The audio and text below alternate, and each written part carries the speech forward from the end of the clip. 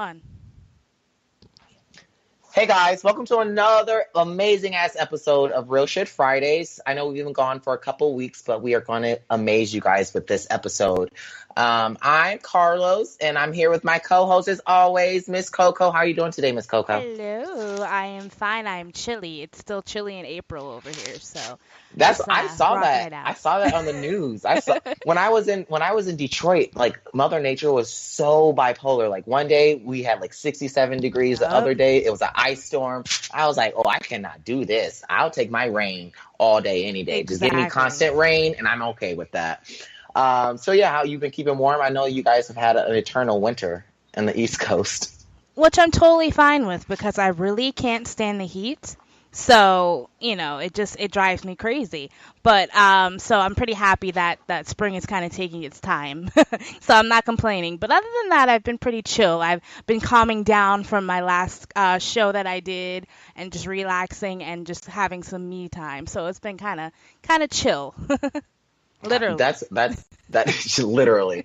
No, I've had a lot of interesting things. I'm going to take this time to kind of update everyone. 'Cause I know I have a lot of fans and friends who listen to the show, and I always don't give like a detailed explanation on the Wednesday live show, just because it's like it's a shared show, and I only got a little bit of time with you guys. Mhm. But let's see what happened. Oh, the if you guys remember on my YouTube channel, I was detained at the car dealership, and that white lady lied on me and Christopher. Mhm. So I ended up filing suit against the owner of the company, and he's just settled this morning out of court with me, and and sent me the money via PayPal. Wait, So for I was like, real? that was. I was actually very surprised. I was What? really surprised. I texted him because it had been after my mother and my sister died a couple weeks ago. It really wasn't on my mind. But Yeah. as soon as I was literally in the airport, and I was like, man, I'm low on money. I was like, wait, I have a lawsuit. Right? so, Oh my God. so I You text always got to pull out the back pocket lawsuit when you're struggling for back cash. pocket lawsuit when you're low on cash. So, I just spent all my money on two funerals. I was like, man, I need some cash. And I texted him and I was like, hey, Derek, so I haven't heard from you in a couple weeks. I don't know what your intentions are, but my intention is when I get back to Seattle, I'm going to file suit. And I was going to file for the maximum of 5,000, which is what you can do in small claims. And I was only asking for 1,000. Like I was asking way less if we Mm. just settled out of court. And he had his attorney send me over some documents, and I had to sign them via email. And I sent the documents back, and he sent me my money on PayPal. So I was actually really happy. I love it. And the reason I'm bringing that up is because a lot of people, a lot of times, just feel like when things like that happen, we don't get any justice. But if you just pursue it and you keep your head cool, you can get your justice. Like even though that was a shitty situation and things were stolen and I was embarrassed, at least I got some cash like now Exactly. that You got something you out know of it it. I know it won't maybe take away the feeling that I had of being detained with AR-15s, but it does help me It financially. lines your So wallet, which is probably a cushion right now. So that works. exactly. And then secondly, let's see what else is new in my life. Like I just said, my mom and my sister died, and my uncle lived with my sister. So unfortunately, I had to take on the responsibility of living with my uncle now. So I flew him down to Seattle. It was actually really cute. He'd never been in a plane. He's I 52 saw years the old. He's video. Wasn't that the It most was adorable so cute video? because you know what? I've never been on a plane either, so I was just like, this is the sweetest thing ever. I was like, I can imagine how he feels. So I was so excited for him. Yeah, I recorded like my phone memory. I'm so glad I got a 64 gig phone because like I recorded so much, like the good times, the arguments. Like we had to call the police at one point during the funeral, and I got Wow. everything. I got everything on record. So make sure you keep an eye on my YouTube. And my uncle's video, his first time on an airplane. I have a video coming out for that, so you can actually see the entire. It's gonna be like a 7-8 minute video of him going, and it was so funny. Oh my gosh. So I go through TSA and I fly so much. I'm like, it's like secondhand to me. Mhm. So I put my stuff in, take my shoes off, bada boom, bada bang. And he left his belt. Well, I leave my belt on, but I have a leather belt with a small buckle. And it never It won't go off. turns off the machine. Yeah, it won't go off. Gotcha. But he had like a full studded metal belt.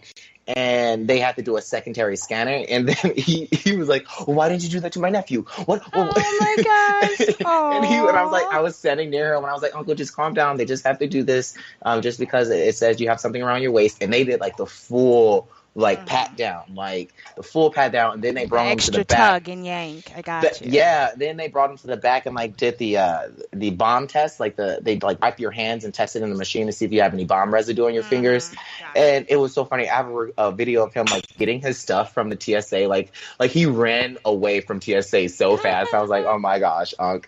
It was the cutest. It was absolutely the cutest. And then lastly, let's see what else is up to date. The court case with my husband and I is still going on. This system is just continually to be corrupt. But I found a way that I can come home. So I'm actually recording from my house for the first time in like 4 months right now. And the way I did that was our no contact order states that I can't be within 500 of my husband or 500 feet of his residence.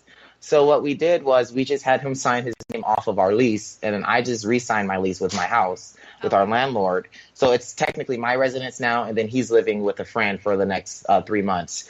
So I can come home and take care of my uncle and take care of my dogs. And he works 9 to 6. So like literally he only goes back there to sleep. So it's like he didn't need the house, but I work from home, and like I read my podcast, my videos, my studio, everything's at home. So I really needed access to my home because it was very difficult. So that was a little positive. And I had to be smart about that too. Yesterday, before I took possession of the house, I called the police and had to do, and I got a police escort so they can like look through the house and see that he's not here and just confirm on paper with them.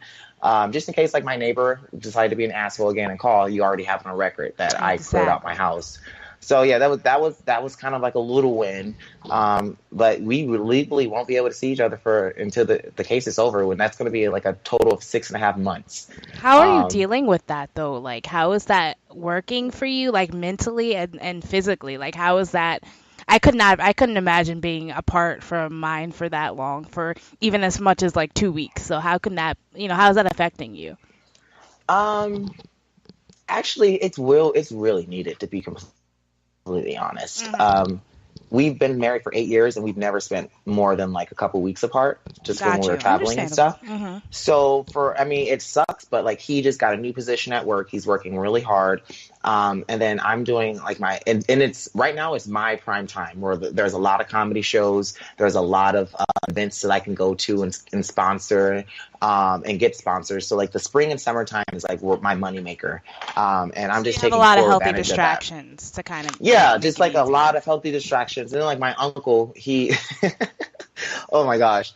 He's never really used a computer in his life, not to mention a Mac. So he's used like Windows when he was in prison for a little bit, but he never used a Mac. And if you guys know me, I'm a Mac lover. I have everything Mac. Whatever. So I had to. We were going going job shopping for him, and he was getting so frustrated because he's 52 and he's just like, the last time he had a job, like a real job, was like 26 years ago, and things have changed. Like you just don't walk in with a resume anymore. Like they don't have paper applications. You have to go online. And I was recording him yesterday. He was, those annoying ass work surveys that ask you like the same question 8 different over ways. and over, 8 different ways to make sure you're not a psycho. A, you're not a psycho. 2, you don't have like terrible intentions, and 3, that you're competent enough for the job. But it's irrelevant anyway. I don't know why they use all of the questions were like, one question was like, how often do you take money from your job if you feel you're being underpaid? And I was like, what type of question? No, you know what no, you know what I hate? When they ask questions like, have you stolen anything from your workplace, including paper clips and pens? Hell fucking yeah, you stole shit from your workplace, including pens and fucking paper clips. You're asking me this question, you know the answer. Like, what? And then one of the questions was like, my uncle is he's old school. When I say old school gangster, I mean like old school gangster. He did like 20 some years in hard time for being a part of the gang and getting wrapped up in that life. And now that he's out and he's older, he's been out for a couple years living with my mom and my sister. But he just like, he doesn't understand that you can't, like, one of the questions was, how often do you have to defend yourself, and would you defend yourself if someone attacked you I at would work. say, hell, motherfucking yeah. Yes, this is All the like time. Strongly agree. I had to go back and like change it for he like strongly agree. I strongly you have he's like it's the world. It's the world. Motherfuckers all here try to come up on you. You gotta show. I was like, Uncle, you cannot. This is that you cannot. You're not gonna get a job. You're not gonna get and we need you to get a job right now, okay? Oh my goodness. So that was hilarious. And then lastly, just like now that everything's slowed down, I'm home, I'm with my dogs, I have the time just to like lay down, just like reflecting on my last 2 weeks of just burying my family, which Something that's you what I shouldn't want to ever talk have about to do, this young, and it's shocking, and it's hard, a lot to take in all at once. It really is, but you know what's really more shocking to me? It's just the way that my family handled it. I know we all have different families, but when I say the stereotypical black family, what comes to your mind? Like a black family funeral. Huh. Um, a lot of anger, a lot of crying, a lot of singing, a lot of arguing about money. A lot of Hennessy, a lot of Yep. cigarettes. It was like my family, I love you, I love them to death, but they are ghetto. They are they It are is what it ghetto. is. Like and it is, but like they were fighting over chicken wings at the repast.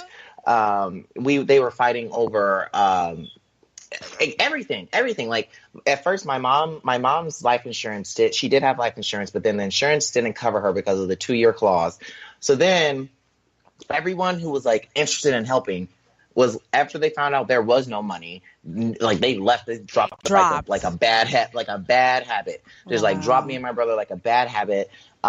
Like there are things there, like you said, there are decisions that I had to make that I shouldn't have to make as a 25-year-old man, especially for my sister. For my mom was actually really sick. Like we knew she had cancer.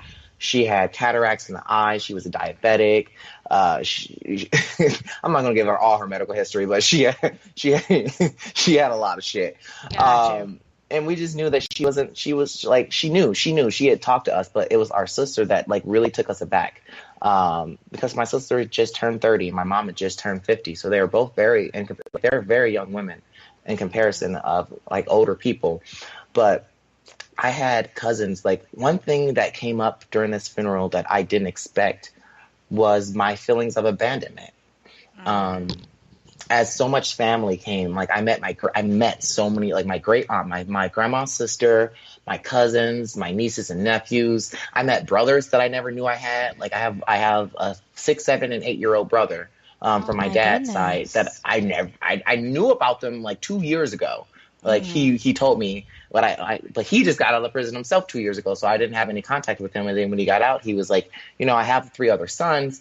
And the gag is, Coco, like this is so funny. I put a video up called Meeting My Brothers on my YouTube, but one of my youngest brother, his name is my name down to the T. Like before I got married, my name was Carlos Ramirez Hearst Jr. and his name is Carlos Ramirez Hearst Jr. And I asked my dad, I said, how you gonna do that? Like, right? How does that work? So the whole weekend I was calling him Junior. I was so cute. I was like, this is the ghettoest thing I've ever heard. So you just replaced your son. Like your son went into foster care. You just totally replaced Maya. And the thing is, he looks just like me. He looks just like I did when I was a little kid. So Carlos is really cute. It was kind of weird calling him Carlos, and my name is Carlos, and my dad's name is Carlos. So like when someone said Carlos, like we all like looked back and was like, yes. It's crazy though, and I can say this from experience. It takes a death to really bring out everyone's true colors. Like you really see what kind of person each individual in your family is during the time of death. And it's crazy. It's crazy that it takes something so final for you to see someone for who they really are, and it's really crazy. I've had so many experiences where you see people's greed, you see people's anger, you see people's immaturity. It's crazy. Yep. And I was saying before, I saw they didn't have empathy, and it wasn't like empathy for. There were a couple comments made that sorry. My dog just came. My uncle. See, this is what I'm gonna have to fix, guys. Now that I live with my uncle, and he just comes in the door. Can you take them in your room, Uncle, for me, please? Sorry about that, guys. Yeah, welcome to my life. Cool. No, it's okay. I just had to hush up my family, so it's all good.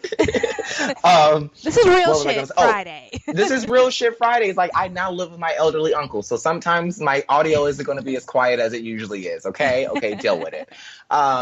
But empathy. They didn't have empathy on the way I was feeling. There were several comments that were like, because I'm not that person that cries or get angry in front of people. I'm very, especially when it comes, like, to me, that was a business transaction. And but for me, literally, it was a $6,000 business transaction. So I was just looking, like, the whole time. And two, the only time I broke down is when everything was done and I was at my mom's casket and, like, I broke down there.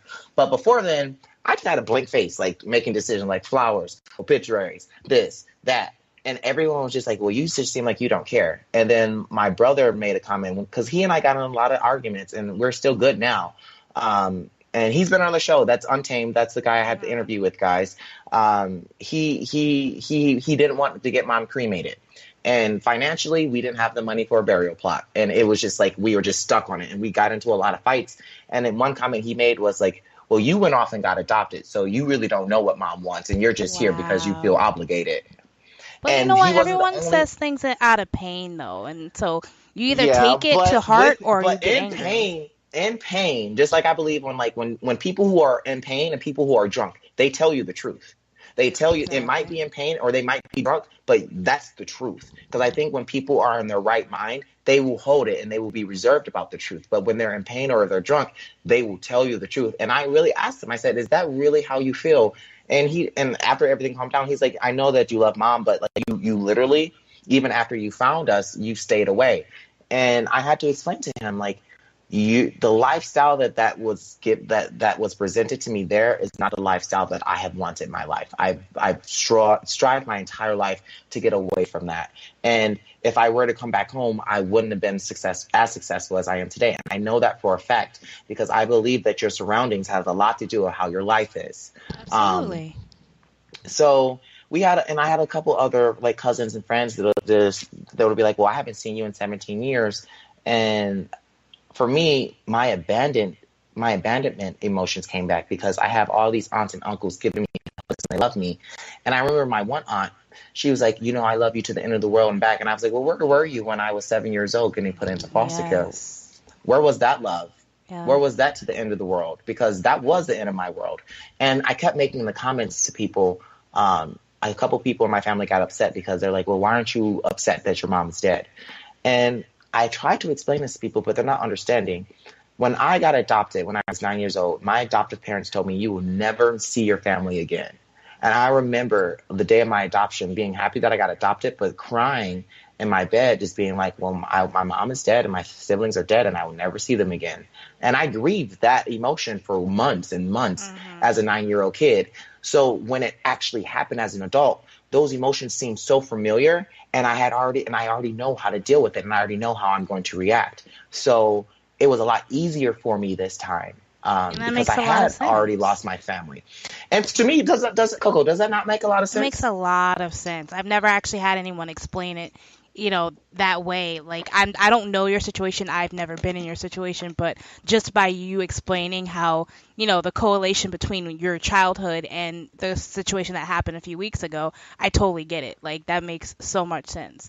And I don't know why that would be hard or difficult for someone who's mature to understand, but it's just because people fail to try to put themselves in other people's situations. People's shoes. Exactly. And they can't, they're like, they've never lost my mom or my sister in their lives. Like, yeah, my sister was in foster, but they've all stayed in contact. So when you lose someone, like when I say lose, like you have no physical contact, like any type of contact, that person literally dies in your life. Exactly. And that's something that you grieve. And then I miraculously got my family back 5 years ago.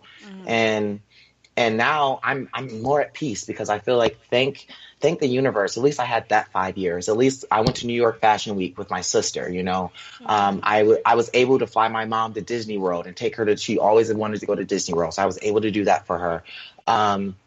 And for me too, death to me is something that is not sad because in life, you're not promised anything. You're not promised to be wealthy. You're not promised to be poor. You're not promised to be educated. Those are all decisions that you can make in your life. The only thing that life promises you is that you're going to die.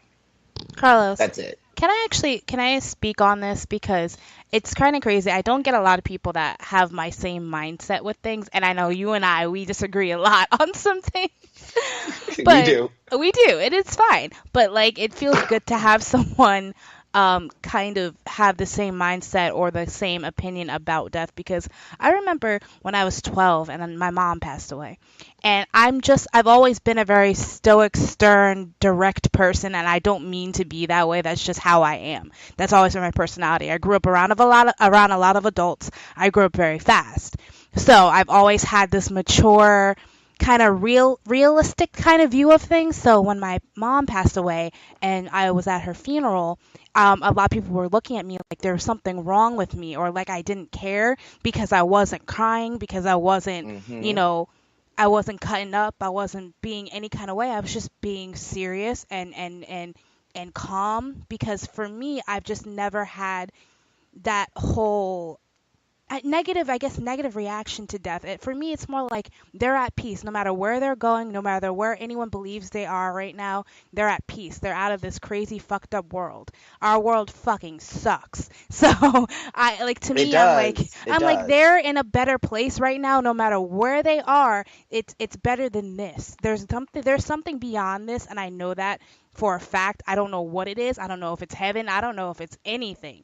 But all I know is it's beyond this, and this is only what a hot 70, 82 years of your being. There's something beyond this, and I feel like this is just the first stop. So to me, seeing someone, in a casket, I don't get that, heart-stopping feeling. I just get more like, look at them, like they're peaceful. They're rid of this, rid of the Yes. bullshit. Like you don't have to worry about any bills. Like literally, I buried my Yeah. mom on Saturday, and like bill collectors were calling like, "Hey, you didn't pay your car payment this month." I was like, "I know, I had to bury my mom." Right, right, Like I was exactly. thankful. I was like, "Man, it must be nice not having to deal with this anymore." Exactly. And I've always been like that. I've just been always an observant person. I am an emotional person. I do have feeling, I'm a human. I do get happy. I do get sad. I do miss people. It's not that. It's just how I react to it. At that time, I remember people just wondering if I'm okay, if I'm gonna go and kill somebody because I'm being like I'm holding things in. Or I hate it when people were like, "It's okay, honey. You can cry. It's okay. You don't have to My hold it biggest in." thing was everyone knows I'm an atheist. It's not Yes, something that I hide. exactly. Yep. And during this time, I will say, like, my sister-in-law, my brother's wife, she's very, like, her brother's a pastor. She's very Christian. She's very Gotcha. religious, which I respect. And she gave me a good insight. Like, we prayed. I haven't prayed in years. And Gotcha. the night before, like, the night before we had to make the final payment, and we were like $700 short, Mhm. she was like, she was like, "Do you want to pray?" And I actually know. I asked her. I said, "Hey, do you know how to pray?" And the way she was like, "Oh, I didn't think you believe in God." And I said, "Well, it's not necessarily that I don't believe in him, but at this moment right now, I'm going to take anything I can Yep. to help me through Exactly. this. Like if you would have said like washing my body in cow shit and like lighting a candle on a full moon, I would have tried it. I would have tried it because I needed some It's help. desperate. You're not. It's not that you're desperate. It's just you need things to work out, because if some part of that would have failed, it would have just catapulted into a bunch of stuff, because it's a family. It's a family that has a loss, and you need it to go right. So I Yeah. completely understand. But my thing was just like so we ended up getting a cousin of ours, who's actually a drug dealer. Okay. He came over, he gave us the rest of the money. Coming through in the clutch, yo. Like coming through in the clutch, like gave us like $700, and another cousin came over and gave us $500. So we had Oh, enough for the funerals, and everyone was like, "See, look, you prayed last night," and like, and part of me was like, "Yeah," but then part of me was like, also they had already told us they would help us out. They just waited yeah. to the last minute. So I was like, Gotcha. "Was it prayer? Maybe." I'm not saying it wasn't. Maybe me praying, maybe that gave like changed something in their heart, and I was like, "Hey, we got to go help our You know cousins," what, but Carlos? Listen, I don't know. I think that because I'm a very spiritual person. I think that things can affect the universe in all kinds of ways. So I feel like even if I don't believe in God, because I don't know yet if I do, I'm still growing and maturing and trying to figure that out for myself. I feel like if someone is to pray, they're doing it because they want a positive action to occur. They want something positive to happen, want something to go right. They're praying for Hmm. something to positive to happen. And I feel like when you put positivity into the universe, it comes back to you twofold. So I feel Yeah. like praying may not be like, oh, God's going to help me. And I prayed, so God helped me. I feel like, no, you put that positivity and that hope into the world, and the universe just repaid you. And that's how I've always felt about it. So, it could go any way you look at it. And all you know is that it worked out. And, I'm sure they had beautiful ceremonies. They had beautiful repasts and things, Yeah, it was are. it was an amazing ceremony. Like we had for what we had, like that Monday we had nothing. And then that Saturday we got them their coffins. We're gonna get them cremated and then we're gonna get little necklaces. And like whoever in the family wants a piece of them, we're gonna get them necklaces. So they can have a little piece of my family with them. And then the rest of the ashes, I believe I'm just gonna like take it with me when I do my traveling. And just because I know my sister and my mom always wanted to travel. So I'm just gonna leave them a little bit of every place that I go. Um, and I at the end of it, I was so proud of my brother and I. I was so proud of us because that's something like when you and then as tragic as it was, it's not like they died peacefully. It was a very tragic accident. And then on top of this, we have to go to the police department every other day and we're getting gruesome details Yep. um, Things you of don't what want to happened. hear. Yeah, but we have to hear them because Yep. we have to know what happened because of insurance purposes. Like one of the Exactly. reasons why the insurance company denied my mom's claim was because the police officers, because of the accident, the driver and the passenger were ejected from the car and dismembered. So, and my Wow. mom was stuck in the back of the car, but they couldn't determine if the car was so crushed. They couldn't determine. You couldn't see the car. Like it wasn't a car Gotcha. anymore. So they couldn't really judge where she was sitting. So this is how shitty insurance companies are. They're like, well, if she was drunk driving, or if your mother was driving and she was drunk or she committed suicide, we're not covering that. So until Mm, we get concrete evidence from the investigators that she was not driving and that this was an accident, she has accidental coverage, then we will cover you. And I'm like, well, that's great. Like the policy will come in like 6, 7 months down the road. That will help us eventually, but we needed help then. Like we needed to get the married then. But I was so proud of my brother and I being able to keep it together and being brothers and yeah, having arguments and having disagreements, but still at the end of the day, making sure that we had each other's back because there were so many people trying to slide in and get us to do this and take the bodies there or do this or I'm your favorite cousin. Shit. And I'm like, stop and leave us alone. Like let me yeah. and my brother handle this. Like let me and my brother handle this. Another sad thing is I have another brother, Alex, my other brother, Alexander. And He I lives. saw his name in the reports. I was gonna actually ask you about that. Yeah, a lot of people are like wondering like why hasn't like because if you saw I was posting about everything like the news like my brother Alex lived in the city of Muskegon, which my mom and my sister lived in, but my sister they died in Detroit, which is where we're from, and they were visiting my brother Untamed. They were at Mhm. his launch party for his new album. Um, and my brother Alex, unfortunately, like we all, even though we're brothers, he went into my sister's house and like pretty much gave it a free for all. Like let people take shoes, money, everything, cars. Like he just let people take stuff. So we had a huge fight. My brothers and I had a huge fight over that. And then after that first couple of days, I was like, you know what? It doesn't matter what he did. It's just stuff. We need you here to help us with obituaries, to help us plan, and just to be supportive. Like we just as brothers need to be together. Um, and my Of brother didn't. course. He didn't come. He was only less than 200 miles away. Mind you, I'm 2,300 miles away, and I got myself there within a couple of days. Exactly. He never came. He came to the funeral and he came to the repast, and that's it. Never did he come and to like help us plan. Never did he come and view the bodies or talk to the police. And I felt really bad because during the funeral, the pastor and the funeral director kept saying like, keep the two brothers in your prayers, Carlos and Mhm. Timothy, and my other brother. And like me and my brother, we bought like I bought us matching suits. Like they weren't matching, but like they were both velvet suits, and I had a blue one, and my brother had a black one. Oh wow. And I thought about getting my other brother a red one, but I was like, one, I don't know his size. And two, my brother Tim was like, to be completely honest, Carlos, he doesn't deserve it. Like, he doesn't deserve it. You're Hmm. sitting here, we're doing all of this by ourselves, and then You're he's just doing going to swoop the in. dirty work, the hard part of it. It And just the doesn't gag, take work to come and see and come and view the bodies and exactly. eat the food. Like, it doesn't take work. Exactly. It does, and then another thing is my mom left him. He's a benefactor of her insurance, and which was the big thing. Like he thought that Oh, me and my wow. brother were upset with him for being the benefactor, but you have no GED, you have no future, literally. And I know I talked to my mom about She was this trying before to she set him died. up, pretty She was much. said like I told my mom to do that because she when she was ill, like I used to talk to her, and I was like, well, Jatia's going to be okay. I'm going to be okay, and Tim's going to be okay. Like we just need to focus on Alex.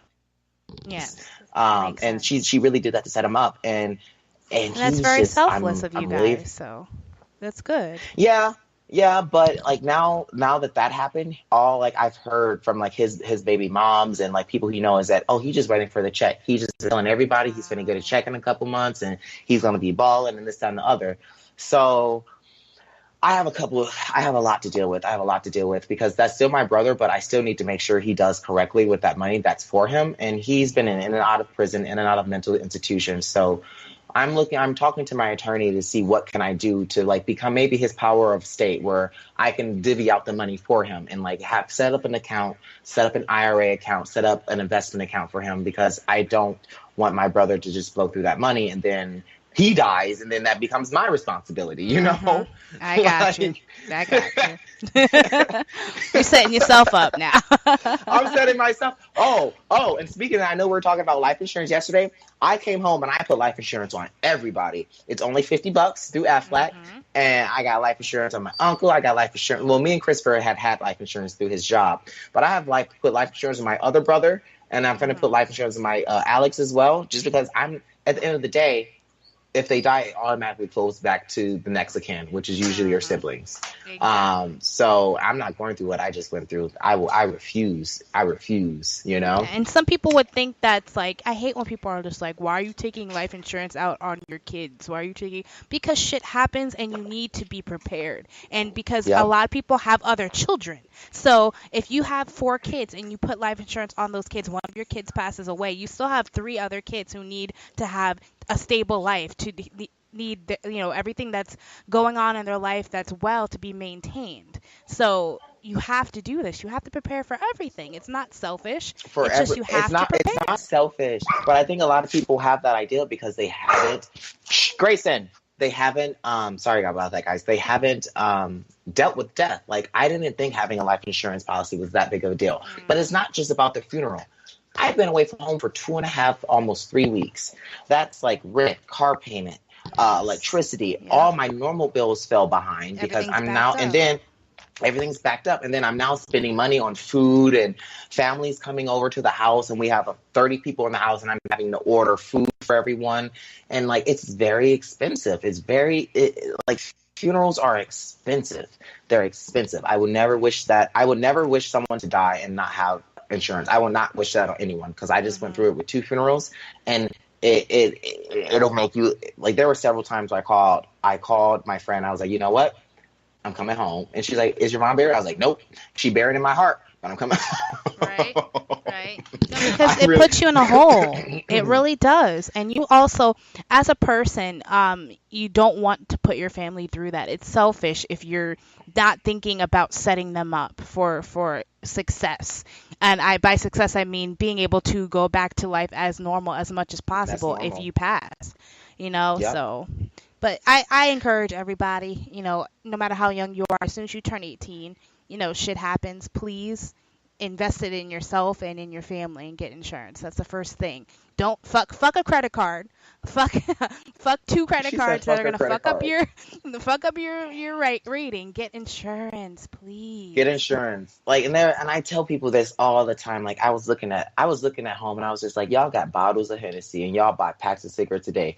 Do you know just to get yourself out of poverty, you could stop that and you can get a lot of money. But you can also take that money and just invest it in your life insurance or invest it in something that's going to leave a legacy for your family. That's one thing that like I'm so sad about my mom and my sister. They were such good people, but they left besides like in our hearts, in my family's hearts, they left no legacy. there's no buildings named after them. There's nothing. And I know that that's kind of like a shitty thing to say, but my goal in life is to like leave. I want a piece of me here. I want something that said like Carlos Dillard was here and he did something. And whether it be like whether it be my YouTube videos, they're going to be on the internet forever, you know. And I want my family to look back and be like, oh wow, this is what my great grandpa did, or this is what my great uncle Like did. Carlos, I'm about to praise to the Beehive, like that song from Beyonce that is I Was Here. I I was love here. that song. It's I'm not a big Beyonce fan, but that's a beautiful song. And I think of that when I think of how I want to leave this earth. I want to have a name for myself. You know, you don't take anything with you at all. Like your money doesn't go with you. You know, anything that you do for yourself stays with you, but your legacy lives on. So I always want to Forever. leave something for, you know, to keep going, living on, have my name.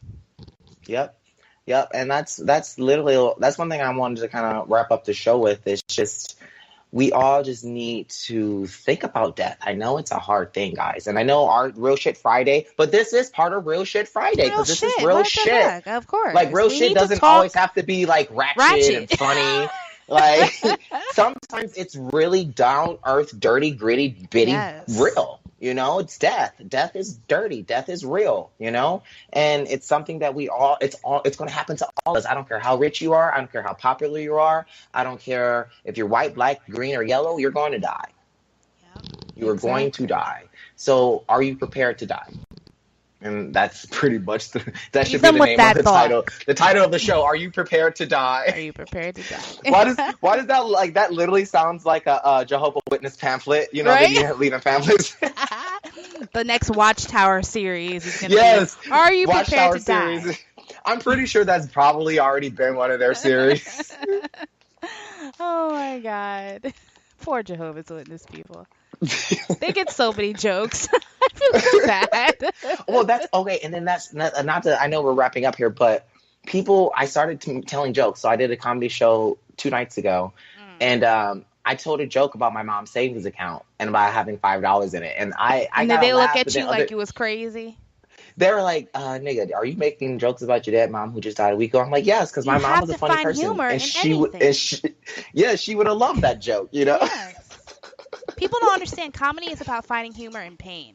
Comedy is about finding humor in life. And life is full of pain. You're going to have to dig deep and get dirty and nitty gritty because that's how you become funny. That's how people, you know, real life. I love dry humor. Dry humor is my favorite because it's real life shit that people just are making jokes about without necessarily making a joke. I love it. I think that it's a great thing to use whatever pain and turn that into humor and that's how a lot of comedians make their way. They go through a lot of things to get where they are, and that pain and that struggle often provides them with a ton of content. So, you know, we wouldn't have the greatest comedians if they didn't joke about shit that was sad and depressing, or their family members, or, you know, anything that might be inappropriate, or so yeah, I totally support that. It's so fun. I have so much content. Like, I cannot wait to show you guys the content. I have so much content for you guys. So definitely be on the lookout. Definitely follow me on my YouTube. I'm going to do a selfless plug because I need some more YouTube subscribers. Follow on my YouTube. It's my name, Carlos Dillard. That's Karlos Dillard, Dillard. I post regularly, and it's really fucking funny. So definitely do that. And that's all for me this Real Shit Friday. It's 4:20, so you know what that means. Yes, he's going to go get fucked up, and I'm going to go to sleep. No, not necessarily. I have a lot of events to go to today because I'm their spokesperson. And then you're going to get fucked up? Well, legally, the judge told me that I have to restrain from marijuana and alcohol use. So why would you even put that in the atmosphere? Like, no one cares about it. 420 then. But no, listen. I don't know who listening. I'm not. The prosecutor should be listening. I don't know who's listening, but legally, I'm not gonna smoke no weed today. Gotcha. All right. Oh my God.